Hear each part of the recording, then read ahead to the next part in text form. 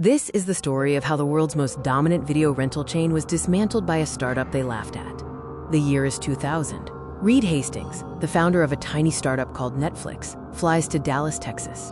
He walks into the massive headquarters of Blockbuster Video with a proposition: buy Netflix for $50 million. The Blockbuster executives didn't just say no. They literally laughed him out of the room. They thought online rental was a joke. That dismissal would become the most expensive laugh in corporate history. To understand the arrogance, you have to understand the power of Blockbuster. In the 90s, Blockbuster was king.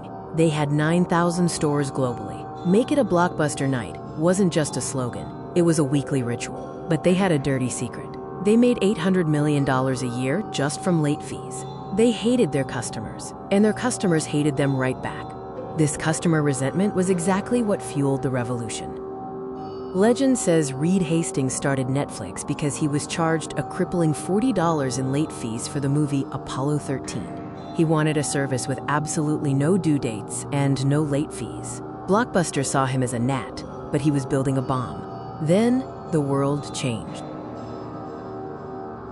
The internet happened. The year was 2007. The first iPhone launched, and Netflix made its definitive pivot to streaming. Netflix was now delivering content instantly. Blockbuster tried to catch up with their total access program, but it was far too little, far too late.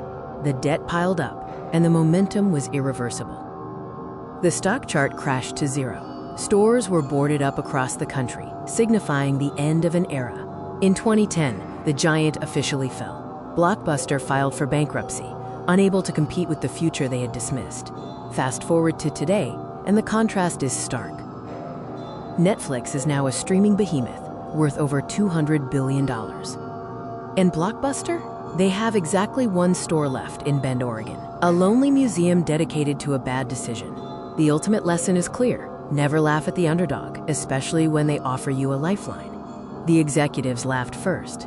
Reed Hastings laughed last. Subscribe for more business history and stories of disruption.